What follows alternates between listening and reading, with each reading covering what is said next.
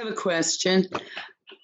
What's I have two questions, except I don't have a picture. All right, you'll see my husband. Shelley Brosh speaking. Uh-huh. I have two issues. One is I discovered recently that I have floaters.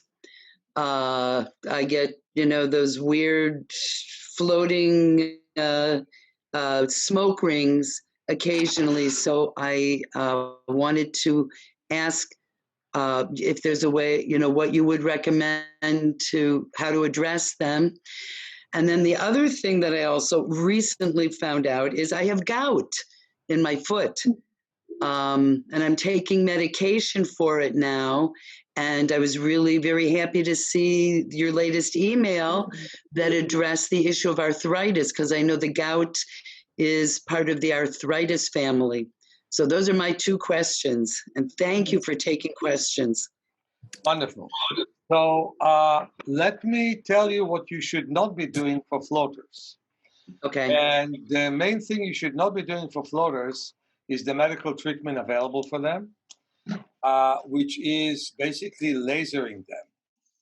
I met a person who got rid of his floaters. He did a good job getting rid of his floaters, and his eye pressure went off the hook from normal to very high, 38, and he lost most of his vision on his way to meet me. What we do with floaters, I describe pretty well in my book, Vision for Life, if you can bring me the book. The book, Vision for Life, describes what you do with it. And what you do basically is you look at one floater or at one part of a big floater. And normally the floater then floats away. Although I had a client yesterday, the floater just vibrated, didn't move. But that's unusual. Normally the floater floats away. Then you look at the sky and then look back at the floater. Now, if in one eye there's more floater than in the other eye, you patch the eye that has less floaters or no floaters, and you only work on the area that has floaters. Now, talking about gout, it's nice that you're bringing the issue of arthritis back. One of the things that we have with arthritis, of course, is inflammation of the joints. And I have a wonderful audio CD where I basically tell you, and we have an MP3, you can upload it, where I tell you to breathe to specific joints one by one, inhale, let the joint expand and shrink. So basically, the whole idea that I have about the floaters is very similar to my work with arthritis. When you minimize and focus on a specific joint and breathe in and out and focus on it. So in your case, you focus on each toe. Then you focus on the ankle joint. And by the way, it always goes also to the knee joint. So if you focus on each one of them and have like 10, 15 breaths, visualize that each joint expands and shrink, it can actually decrease the inflammation. Returning to the vitreous, that's very similar. You focus on a small part of the floater, and the vitreous fluid will go and hit it. And the more you focus on it, the more you hit it. Just like when you focus on an area in your in your joints that you inhale and you exhale, then the blood goes there and drains the fluid. Now, adding to that, you really have to watch your diet and work. And by the way, this is breath and the mobility of the joints. And I really recommend you work with that. I know it's in Portuguese as well. I think it's even in Italian. But we have to ask some people in Brazil. One of them called Mariani, she made it in Italian, but I think that we have this in Portuguese, for sure, with my great colleague Beatrice, who did this. But the more you focus, like laser focus, you bring more blood, you bring more fluid, you destroy the exact area that you have a problem with. And it's amazing what power the body has. I've seen again and again clients getting rid of inflammation just with breathing. And I think that the worst thing that people have these days is anti-inflammatory and immune suppressors. I mean, I've seen people under my watch getting much worse when they could have gotten much better. During the session, they get better, then it gets much worse because of the medications that they take. So my recommendation, don't take a shortcut, change your diet, and work with my exercises. Next question. Hello, here's Meir from Poland. Hi. Nice to talk to you. Oh, Meir, your audio went off. Can you check if your audio is on or mute yourself once again? Oh. There you go. We hear you. Yes, sorry. Okay. Okay. First of all, I'd like to thank you for your mission. And I think you are one of these few people who are telling the truth about human body and the power of self-healing. Oh. So I'd like to thank you for this. And I don't have any. My pleasure. And thank you for bringing it to Poland. Go ahead. Yeah, I don't have any specific question because I think all of necessary information we can find in your books and other materials. So I think that's all I'd like to tell you now. So it's nice to see you. We were having a lot of correspondence. It's nice to see your face. Just so you know, in this room, which we call the carpet room, where I do a lot of work with clients, it's one room that has a skylight.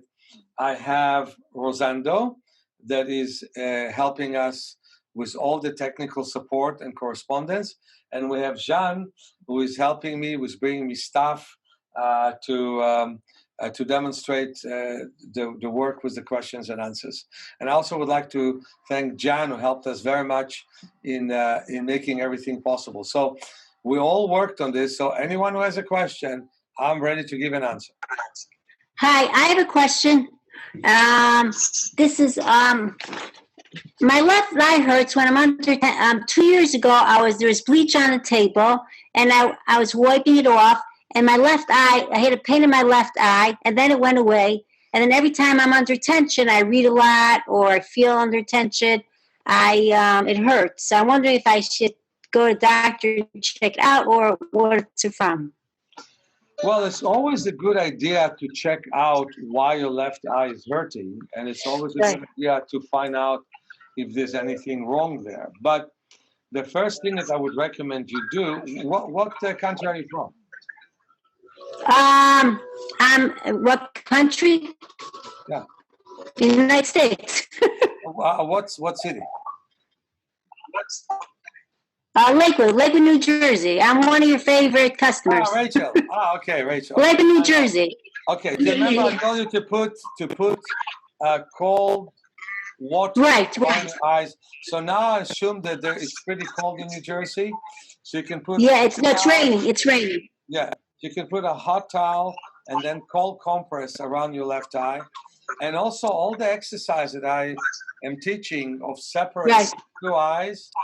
That will help you a lot. I don't think the doctor will find anything, but again, I always suggest for people, if there's a problem, go and see your doctor and see if there's anything wrong that they can see. And if they see nothing wrong, like in your case, just a little bit of cataract, then go ahead and practice isolation of the eyes. But let's all of us just do one little exercise. Blink your eyes, open and close your eyes, and then cover one eye and then cover the other one. Let's do it for about 20 times. We cover, we open, we cover, we open, we cover, we open, we cover, we open. And so each eye that you cover, you close the eye, and so you cover, you open, cover, open, cover, open, cover, open. So this is really a good exercise of isolating each eye. So you blink with one, blink with the other. There's a lot of problems happening when the eyes cannot blink separately. And so the more we can work on blinking them separately, the better it is. Okay, the next one. Okay. Can I ask one more question? I have one more question. Somebody talked about spotters. I notice when I get nervous, I see them, so I don't get nervous. But sometimes I see flashing lights also when I'm nervous. I just ignore them. Well, what I suggest is increase your palming. Increase your palming. and also increase more of your eye exercises, like sunning. That will really reduce the number of flashings that you have. Okay, thank you very much. I enjoy everything you talk about. Thank you. Right. Okay, Hello, doctor. this is May. This is May from Vancouver. Can I have a question? Can I have a question? Sure. Okay, how are you? Thank you, Meir, for this beautiful humanitarian offer for all of us. Okay, I have a question. I'm just wondering if I have a serious problem with the puffiness under my eyes. Another term for the puffiness is bags under the eyes. So is that reversible? Because I was taking a class for 6 weeks and on the computer for about 2.5 hours during the day. And then the evening time, I took a drawing class and I was staring at the computer. I didn't know that until the whole thing was over. 3 weeks later, that my eyes were all puffy. And I think it was because of the straining of the eye. And my eyes are just all, puffy. So is there something I can do about it? And is it reversible? I believe it is reversible, but I'm happy that you are really having the right evaluation of what happened, that you looked so much from near. So the important thing for you is to do a lot of distance exercises. I like the exercise of looking far the distance. It's wonderful near our place. I hope that when Corona is over, that we can have many classes here where we look at the waves and look at the horizons. And I like to look at 10 different points and look a little bit closer and then closer. It's the patience. I found out that modern people have a hard time having patience. I mean, they will go to a gym and they work themselves to death to build up more muscles and to lose weight and to have better ego. But they will not have the patience of just looking at the distance. And I think that's very important for you to look at the distance. Hi, guys. Second thing, which is very important for you, is to palm a lot, to do the exercise of palming, which I'll be glad to guide everybody towards the end of the session here, to do the exercise of palming and rest the eyes. Another thing, of course, if it's puffing, there's 2 more things you want to do. Put cold towels around your cheekbones where it's puffing and around the eyes, and then breathe deeply and visualize that you're feeling that you'll even massage a little bit the cheek and visualize the cheekbone expands when you breathe in and shrinks when you breathe out. Visualize the eye expands when you breathe in and shrink when you breathe out. Then move to the forehead and think the same way, and think here the same way and here. And don't get scared from the fact that it was puffy. It can go away, but give yourself patience and time. Next. Hold on, guys. We're gonna use the raise hand features because there's a lot of questions coming in, and we appreciate that. But just for the sake of ordinance, so Kanya, please unmute yourself and ask your question. Hi, my 7-year-old daughter is having astigmatism and power minus 3.5 in both the eyes. She is not wearing the glasses all the time, but power is keep on increasing in the last 2 years. She is doing palming, nose drawing, night walking, and peripheral exercises. So, what other exercise she can do to see the things? Is she doing the Tibetan chart? Can you help me find Yeah, it? I have that Tibetan chart. Yeah. Yeah. So the way It's right there. Look, around your back. the way to do the Tibetan chart is. Sorry for how this one looks like. You can see that I'm using it a lot. But it's to put the nose here and to look up and down, to kind of create a real good stretch. It's easier to look up than down. Also, there is that exercise in my book, if you remember, that basically you look at an eye chart. Let's say I'll show you a chart, right? You look at an eye chart. And can you hold it from a certain distance for me? Okay. You look at an eye chart. And as you look at the eye chart, you sometimes look at your fingers. Like I would say, look at 2 fingers, look at 5 fingers, look at 10 fingers, look at 1 finger. Or you move big print in front of her, like titles. And as you move the big print, she moves the big print. Let's say she all of a sudden stop and read A, but she keeps looking at the big line here. Then she touches or covers the eye, and I do like obstructive lenses, which I know I have here somewhere.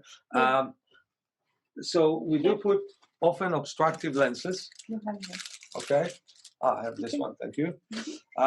We put obstructive lenses, and again, you take a huge print, okay, like let's say this, and you move it from side to side, and you stop, you say K, and you keep reading this KHR, but you stop, you say C. So basically, you cannot predict how many fingers you're going to put. Just yesterday, I had a nice lady that I worked with online, and the one thing that helped her is actually this kind of exercise of stopping and looking, stopping and looking. That does reduce astigmatism if you do it enough times. So that would be a very good thing for her to do. So another thing in your case, because your daughter is so young, is to do a lot of massage. For example, to massage the area below the head, especially the cavities we have here, the foramen magnum and the styloforamens. Those are three different nice holes that we can put pressure in to bring more blood. And you can massage her in a dark room with closed eyes, with some nice music to her taste. It can make a big difference. Okay, so is it possible to get rid of astigmatism? Sure is. I've given you the ways how to do it. Okay. Also, she can wear some pinholes. Yeah, definitely. You can definitely get rid of astigmatism, and you can have me some sessions online. Okay, next person. Cool. Nora, go ahead and ask your question. Hi, thank you. I was wondering about immune conditions like psoriasis, and if you have any suggestion, if you have psoriasis on your skin, say on a left foot only, but also in your the bones in your hand and your nails. So I really strongly believe in Kegel-like exercises. Can you get me the book Awakening? It's in my book Awakening. And basically, we're talking about all ring-shape exercises that basically regulate the immune system. Now, the thing I really hate the most is all those immune suppressors. I've seen how they can really hurt a person. There's nothing I can do about it because I'm not a medical person. But basically, I would say that, you can put any kind of cream that you can basically put on your psoriasis, but at the end of the day, you need to regulate your immune system so it will stop attacking you. It can start with psoriasis and then cause many other problems. So let's all of us just do this exercise right now. All of us, let's rub our hands for a moment and put your hands around the eye orbits for just about 3 slow, deep breaths. Breathe in and breathe out really, really slowly and gently.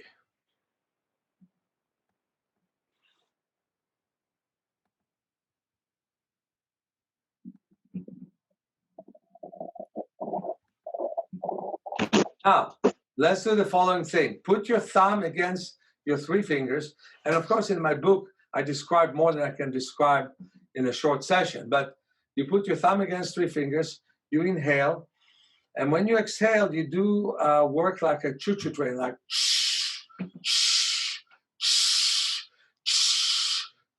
with your lips. And then you inhale, and then you exhale. And now lift your legs up. I'm going to sit a little bit further back. So lift your legs up and keep them up. And again,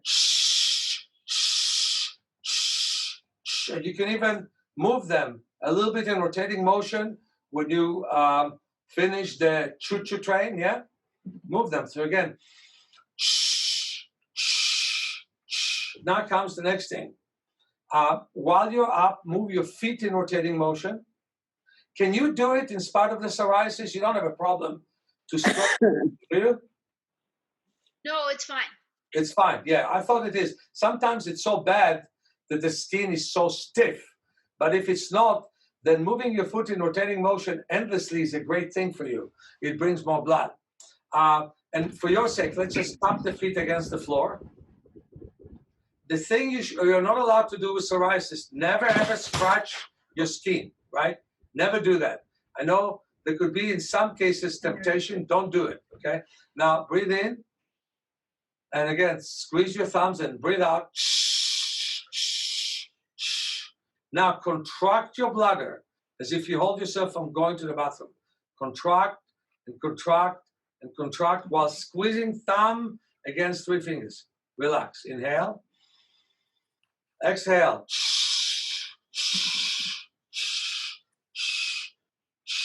Push on your bladder real hard, as if you're trying to pee. I hope that all of you already peed before this session. I did. So push, push, push, push, and relax. Inhale. Exhale.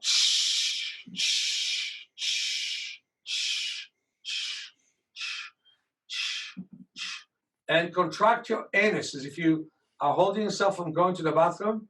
Contract, contract, contract, relax. Now inhale. Exhale. Push on your anus as if you're trying very hard to go to the bathroom. And now relax, rub your hands and palm.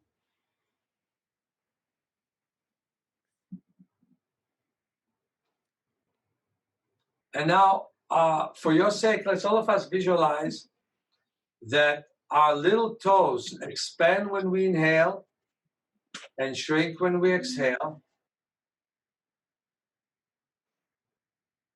Our 4th toe expands when we inhale and shrink when we exhale. Our 3rd toe expands when we inhale and shrinks when we exhale. Our 2nd toe expands when we breathe in and shrink when we breathe out. And normally we do it one by one, but I'm doing it in a fast pace. But the person with the psoriasis, you should do it in that leg, okay? Visualize that the metatarsal bones expand when we inhale and shrink when we exhale. And if we're at time, we're doing one by one, but let's say all metatarsal bones. And then visualize that the ankle becomes bigger when we breathe in and smaller when we breathe out. So what you need is to work on this very diligently. And if you, again, get my my DVD, Breath and the Mobility of, my CD, sorry, audio CD, Breath and the Mobility of the Joints. And I have it. Yeah, right here. And again, this is breath and the mobility of the joints. Work with that. But mainly with all skin problems, you want to find the most natural products and not to go to heavy medication because eventually they weaken the system. Okay, Cool. What's the next one? All right, let me, everybody real quick, hold on, guys. Krishna, go ahead and ask your question. There you go. Thank you, Meir. My name is Krishna. I have a son, 7 years old. He is having strabismus in his left eye, and his eye was turning inside. So when he was 3 years old, I showed to a doctor in India, and he prescribed the glasses for him, plus 3.5 in the right eye and plus 3.3 in the left eye. And till now, like around after 3.5 years, he was doing okay. But now he is complaining of some eye that he is not able to see clearly. He is seeing two things, double vision. So I was a little scared. Okay, and right now I am in US on my work visa and temporary. And I took him to a doctor here, pediatric ophthalmologist. Before that, I went to optometrist. They said I will not see, and the ophthalmologist saw him and then said that he has nystagmus, and then he has optic atrophy with the visual deprivation nystagmus, okay, and intermittent left exotropia and strabismus amblyopia.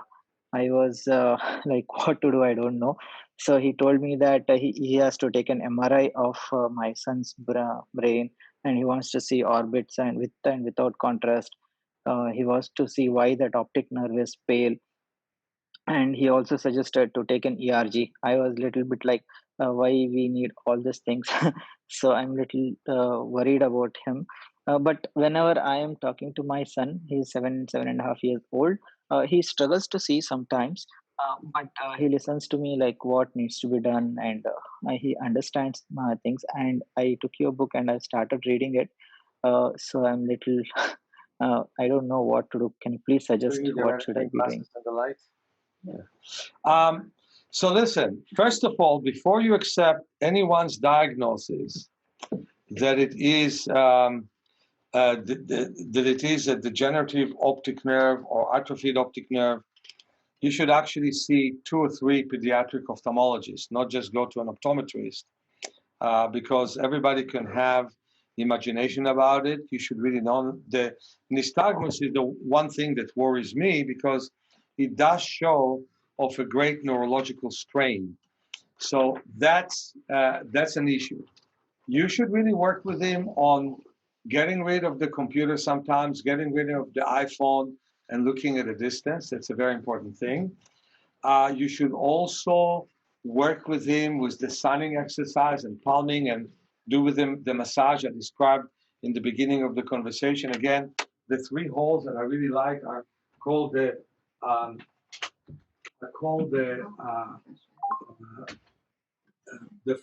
styloforamen and the foramen magnum. So that's an important issue. I am very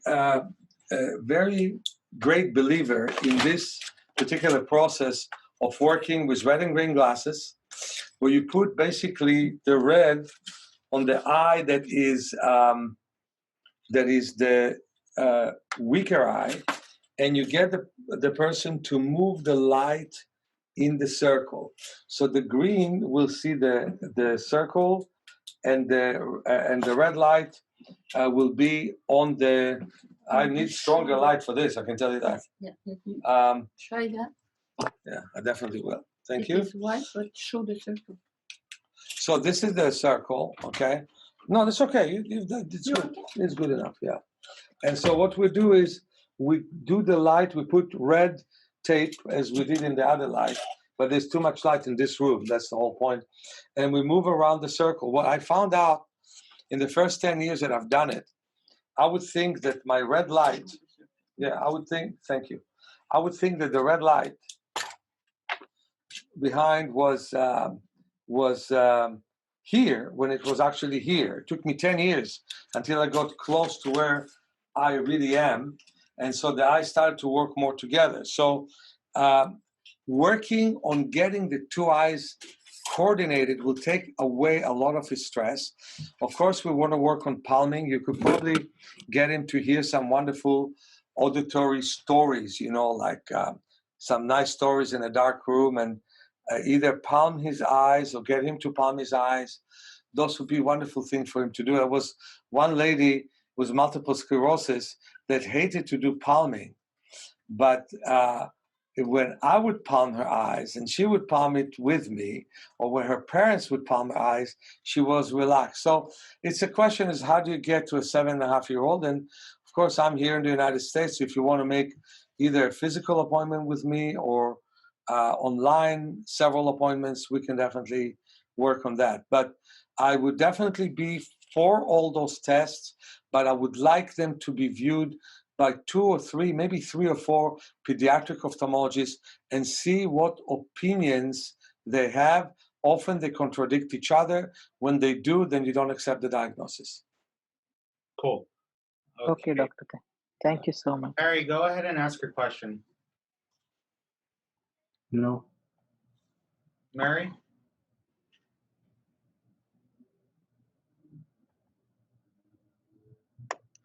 Hi. My question is, I have thinning of the optic nerve and loss of peripheral vision in the inner lower quadrant of the left eye. For what reason? Sorry? For what reason? I don't know. Not glaucoma. Oh, yes. Sorry. Yes, glaucoma. Okay. I'm listening. The left eye has always been longer sighted than the right eye, but in the last number of years, the right eye eyesight has got longer. I have always been told that the eyeball shape is wrong for the eyeball socket shape that I have. Well, let's put it this way. I wouldn't worry about what they told you about the eyeball versus the socket. But what I am not happy with is the difference between the eyes, in that one eye sees better from near and one eye sees better from far, because that leads to the imbalance that allows the pressure to occur. So the more you work on getting both eyes to look from near and both eyes to look from medium distance and both eyes to look from far, the better it is.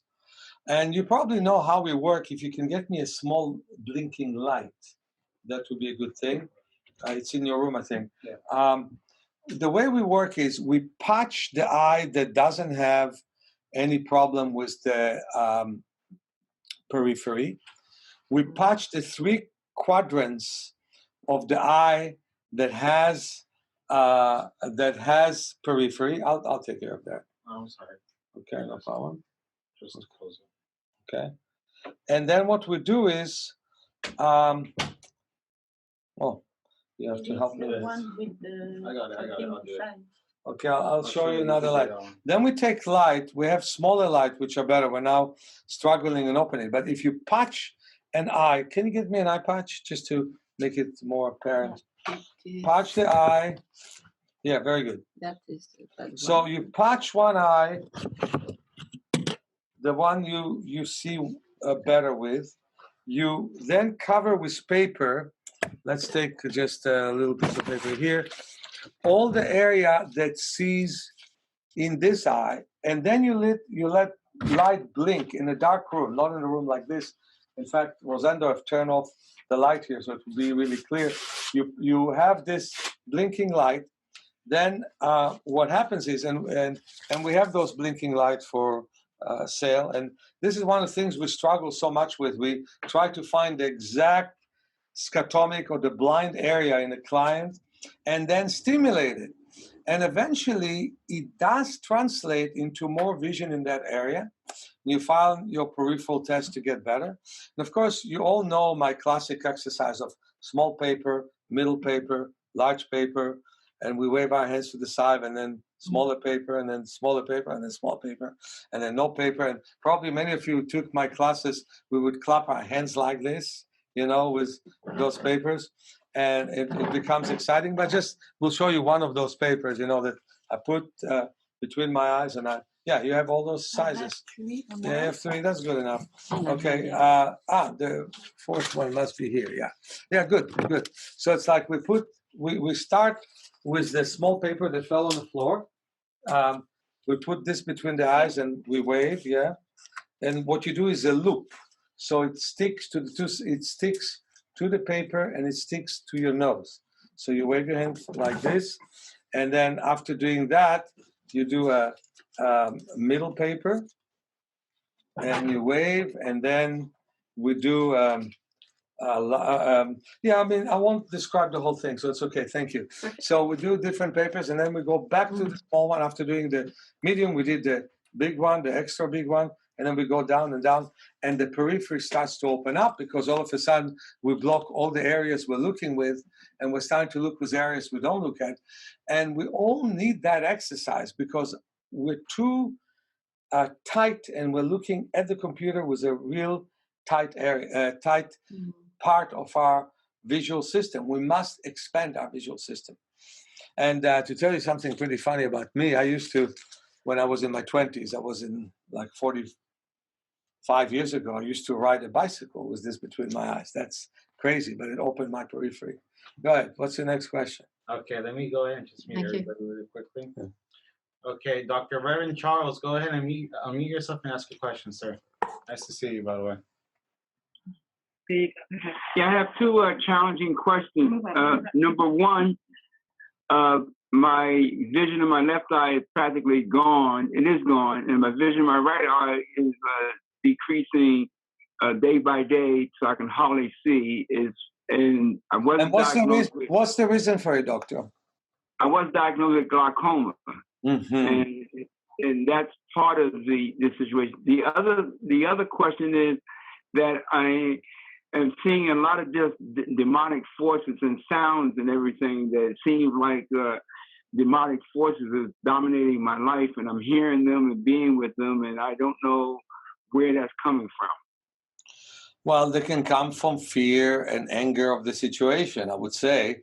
But I would start to say that what you need to do with the blind eye is to put a patch, sorry, over the sighted eye, and to have light blinking in the dark and see if you can see that light. We recommend that light that you can get actually online. Do you want the lamp? Yeah, I want the lamp.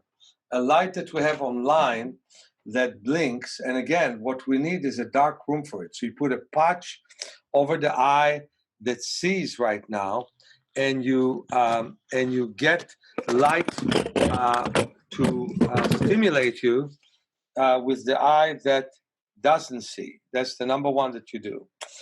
Number two is, I'm looking at your neck, and it's good if your wife will massage you a lot on your neck. And I'm happy, I just want to tell everybody that this nice reverend ordered from us a group of pounding sticks yesterday. And yes. I sent them in the post office yesterday. I had to. Wonderful, thank you. Yeah, and they say, hey, why are you sending us so many things? I said, a good guy asked for it. So, you got that right. Yeah. Can we see this light? Yeah, we can see this light. So we have a light that blinks. We have a light that blinks like this. You can purchase them online. I don't know from whom, Amazon or? It is Amazon. It is 16 color light. Okay, 16 color light. 16 color light, basically, in a dark room. So basically, you are in a dark room. You patch the eye that sees, and you start to stimulate the one that doesn't see. And it's good for both eyes, because the eye that sees little, and it has a lot of pressure on it. Okay. So I want to ask you, what is your? You can turn on. What is your pressure in your eyes right now? Do you know? About it varies between 11 to 13.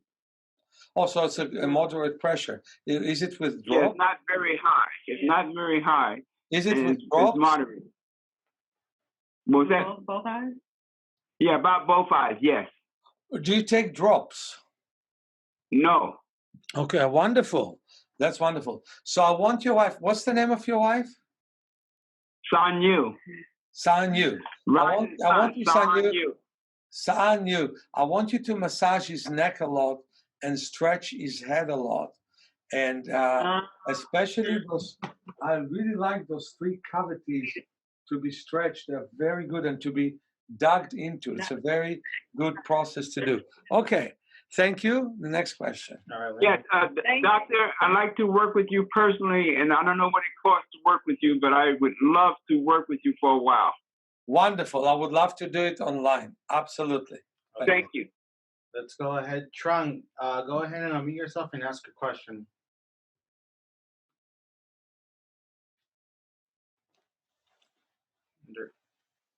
Trung, go ahead and unmute yourself and ask your question, sir. Okay, can you hear me? There you go. Yes, I have a question. I have the macular dystrophy, where I have some corn in macula with damage. So can you recommend me any exercise specifically to help my macula and my corn? And my first question. And my second question is that I have a cataract surgery, and in the sunning, you recommend that people need to top the glass. What happened in the cataract surgery? Before that, cause any risk to do that? Well, if your vision is poor and you already have macular dystrophy, I would recommend that you do the surgery to see if your vision gets better. The question is, what's the factor of the cataract in your vision? So I'm saying off the cuff, I recommend, but if I would see you, I would know better if I recommend or not recommend for you to do the surgery. It has to do with how much do we believe the problem is of the macula and how much we believe the problem is of the cataract. The big thing about working with macular dystrophy is allowing the central vision to work. So again, we kind of can take patches, put them over the eye, and just open the central vision, because then we block the periphery, which is normal in most cases, and let the central vision work. But before that, before you do specific exercise on the central vision, we have to do exercise which is called shifting. My use of the shifter is different than most people who do baits. I'm telling people, look at the lines up and down to kind of train your brain. And in your case, it's probably the big ones up and down, right? For most people, it is up and down this way. To simply train your brain to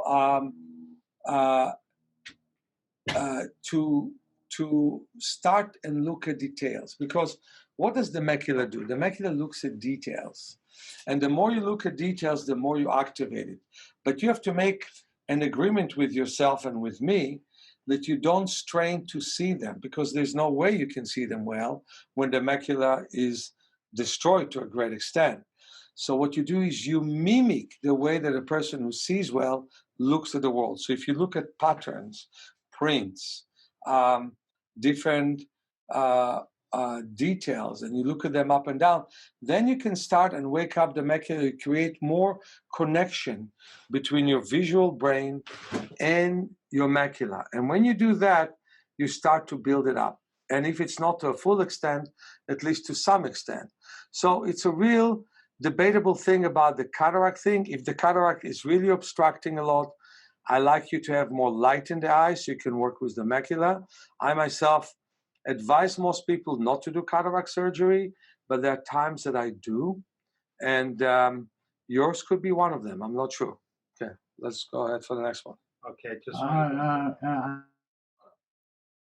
we're gonna move on. Oh, go ahead. Trung, you have one more question? Yeah, let me go back to my second question. I said that I already agree. We can't hear. And try your connection. Try your connection, or we have to go to another person. So, and contact answer is that. Trung, we're gonna move on. Unfortunately, we can't hear you due to your connection, sir. We're very sorry about that. By the way, Meir, I'm sorry. We're at 1:15. I know. Okay, cool. So next question.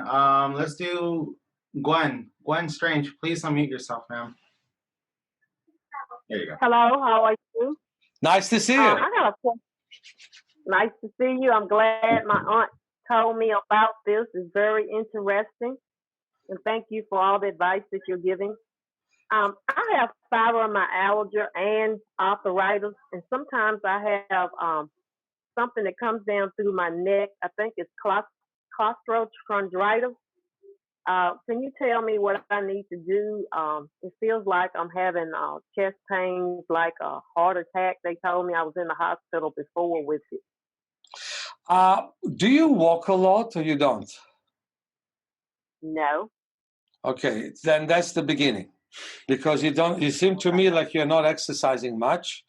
The other thing is get my book, Awakening Your Power of Self-Healing, and start to work with the breathing chapter and with the circulatory chapter. But the main thing is you have to start to do movements you normally don't do. For example, a good movement is to lift the leg this way and keep the leg this way for like 10 breaths.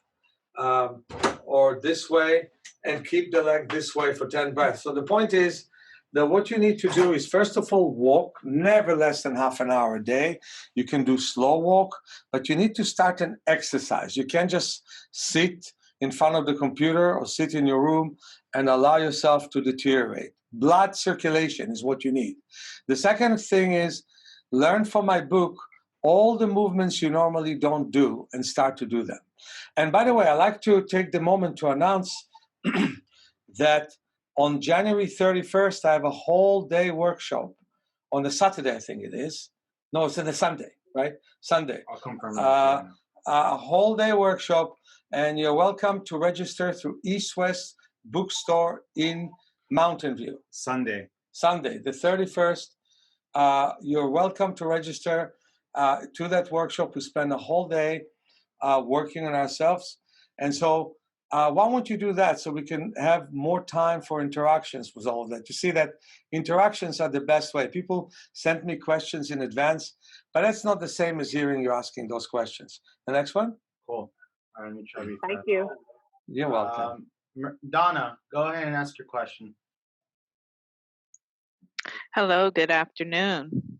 Hi. Hi. I have a question about if I have myopia. My optometrist told me, you know, that he recommended I get the GL testing baseline to monitor, you know, for glaucoma in the future. I think it's because of the shape of the appearance of my optic nerve and the fact that I am 59.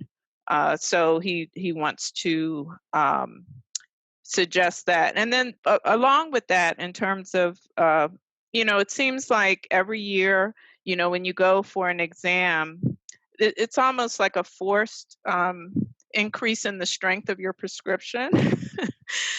So I was wondering your thoughts about that as well. How many diopters do you have on your myopia?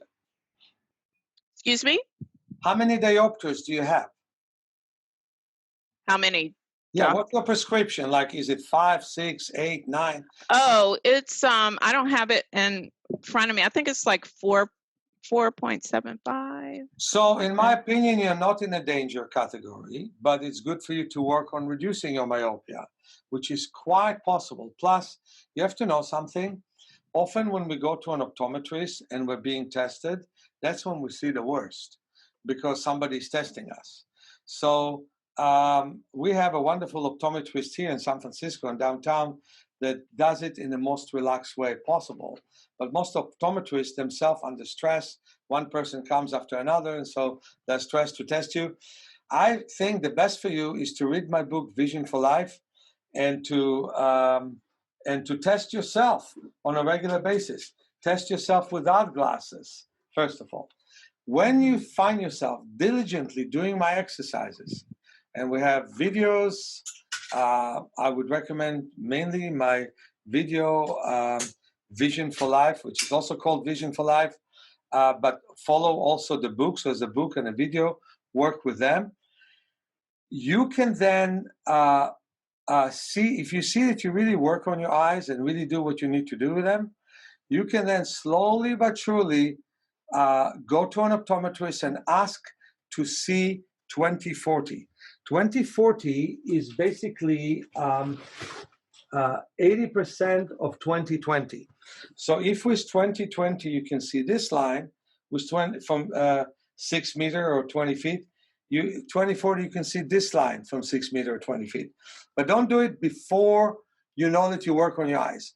We found that within 2 to 2.5 months, most of the people see the 20/20 line when they finish this work. So then they continue and they reduce the glasses again to 20/40, and then again they reduce it. So that's the way to go. You don't just throw away your glasses, but you start to put them in the pocket all you can and start to use your eyes as long as you make a real agreement with yourself not to strain to see. Very important. Put your glasses on if you strain, but if you don't strain and seeing in a fuzzy world is okay with you, you'll find that the world becomes less and less fuzzy with time. Okay, next person. Cool. Beautiful, thank you. Okay, give me a second here. By the way, guys, if you want to learn more about Meir's event on the 31st of January, I just linked on the chat. It's eastwestbooks.org. Visit their event section. You'll see Meir Schneider's name right there. And the next question will be for Lindsay. Go ahead and unmute yourself, please. Lindsay? There she goes. Hi. Hi. I've got glaucoma. I've had it for quite a number of years. I'm 70, so I do have a strong prescription. It's around 9. It's come down a bit in the last year. And I've been on 3 different eye drops for the last 7+ years. And I'm wondering, is there any way that I can reduce the pressure enough to get off some of the eye drops, or? I believe there is. I believe there is, and I think we should do it slowly and carefully. I know that we're working now with one lady who is 76, and her pressure went down moderately. I can tell you that it takes time. The way to reduce the pressure is to expand the periphery. Remember, I've shown in the earlier to put the paper between the eyes and wave the hands to the side to expand the periphery. Another way is, of course, to loosen up the neck. There is nothing like stiff neck to cause glaucoma. In my books, Vision for Life and Awakening Your Power of Self-Healing, I'm definitely describing how to do exercises to reduce the pressure in glaucoma. You know, I'll give you some idea of one of them, which is that you put either a yoga mat. I'm not going to do it out of lack of time. A yoga mat or a blanket, and then you move your whole body in rotating motion in both directions. And you hold one side and you move your whole body in rotating motion in both directions. You do the same thing on the other side. And then you do the same thing here. You cross the legs in both sides. So it's different from one side to the other. And you move in rotating motion. And then what you do is you move the head from side to side. You move in rotating motion. So that's basically what you do. So you first move in rotating motion on the crown and then on the forehead. Now you're probably going to come to me as the question. My doctors told me not to do it, and I disagree with them. I think that this is a very good movement unless you have a tendency for retinal detachment, or the retina just detached 8 weeks ago, 10 weeks ago. I think it's a great thing to do to bring more blood.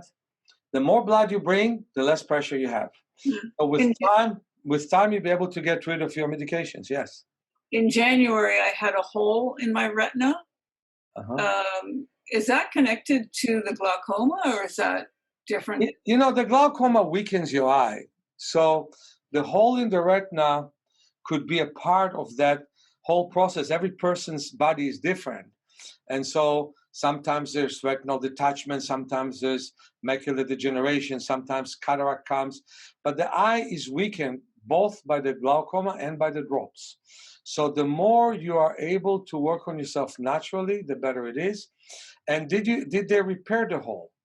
Yes, they did.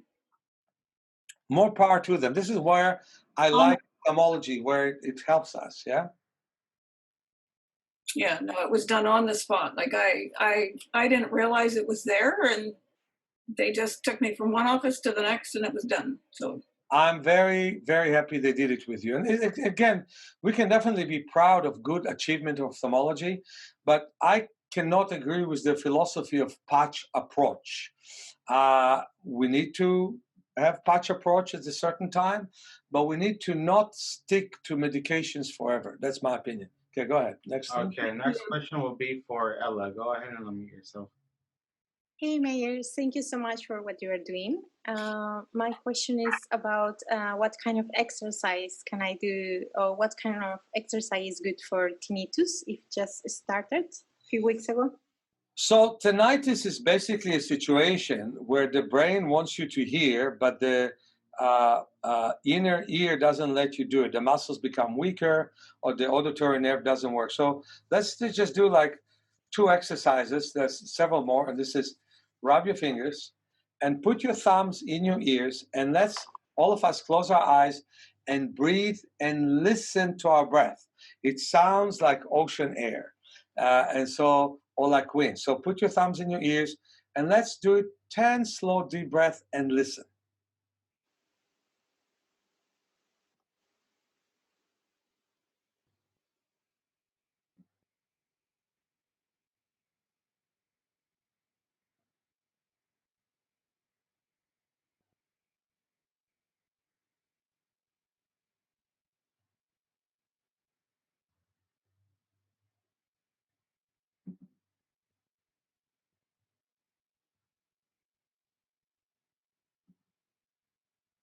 And when you take the thumbs off, you may hear a little bit better. The tinnitus is worse when you put your thumbs in the ear, but if you do it several times a day to make a difference. Another one is to pull the ears. And of course, the most important thing about tinnitus is to loosen up the neck. The tighter the neck is, the greater the tinnitus is. The looser the neck, the better it is. And I found that if you sleep a lot, it loosens up your neck, but also the exercise I've shown right now for glaucoma are good for tinnitus. All right, we have a place for one more question before we have to wrap up. And I would like to thank you all for coming. And I was so happy to give my time for free to all of you. And just know that you can come to our workshop on the 31st of January. One thing that I want to say is that we're passing through a difficult time in our school. We just had a flood, an accident, a flood of a tube that blew up, and now we're looking at contractors to fix our school. So we go through our stuff. I learned that no matter how depressing it is, because we worked so hard to build our school, had nice floors and all, I am just going to take a deep breath, walk among the trees and talk to the trees and have fun in life, no matter what happens. So I hope all of you will do exactly what I do. Sometimes life is helping us, sometimes it's not, but we always should help ourselves.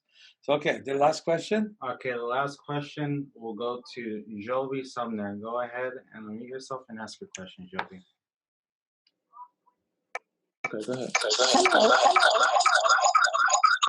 Oh, hold on. We might have. Let's try that one more time. Go ahead and unmute yourself and try it again. Oh, she. Okay, now. Dan from North Carolina. There we I go. have optic atrophy, and I want to know why is my optic nerve pale, and also how does the exercise or how will the exercises help to repair my optic nerve? Well, here's my question to you. What are you being told? Is it genetic? Is it glaucoma? Is it another reason why your optic nerve is No. The optic nerve was damaged by pseudotumor cerebri. Ah, okay. So you just answered my question. There wasn't enough blood. There wasn't enough blood flow to the optic nerve in a particular time, and then the optic nerve atrophy. Can I exercise help you? Absolutely, absolutely. Because the atrophy caused some damage, and therefore it minimized the vision in some areas in your visual field. And with the exercise, we can increase the visual field. I also love the exercise of sunning, which you can all see on my videos, where you close your eyes and you move your head from side to side. We had wonderful videos that are for purchase. You can download, upload, especially the ones of 218, where I had a series of 5 videos that I'm still re-editing, but they still are good, where you move your head from side to side, and the sun wakes up the optic nerve, and the exercise of palming, which we're all going to do right now. So my answer to you, the short one, is absolutely yes. Again, I'd like to thank all of you for participating in this. Tell me, Rosando, how many people do we have now? We have, the whole time we've been having around 150, and there's still people coming in. Nice. So we have more than 150 people today.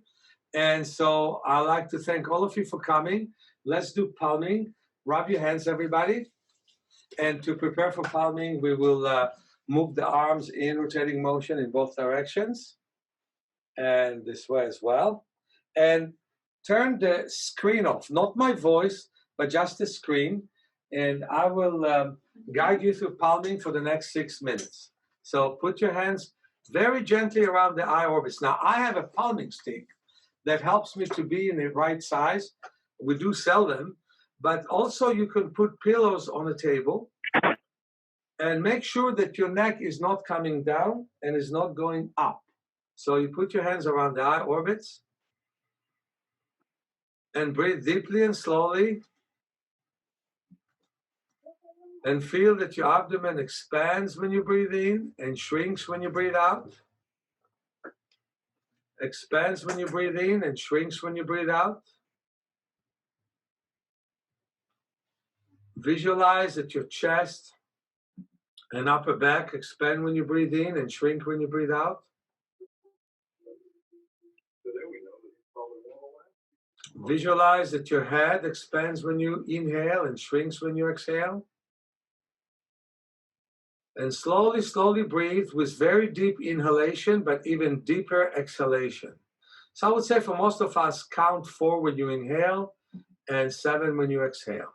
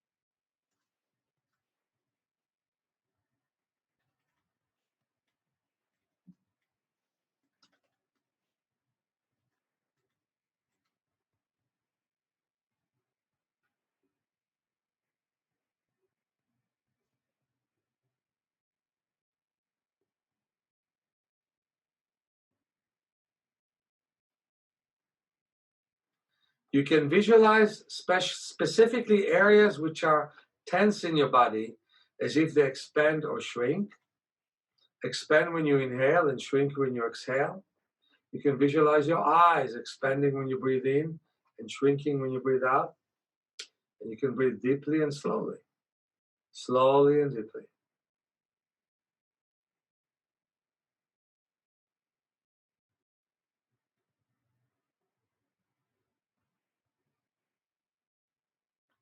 There comes that one moment when the eyes feel we just relaxed.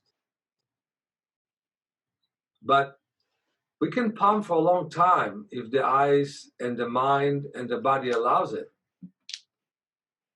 It all depends on your patience and your ability to keep your hands very, very relaxed around the eye orbits.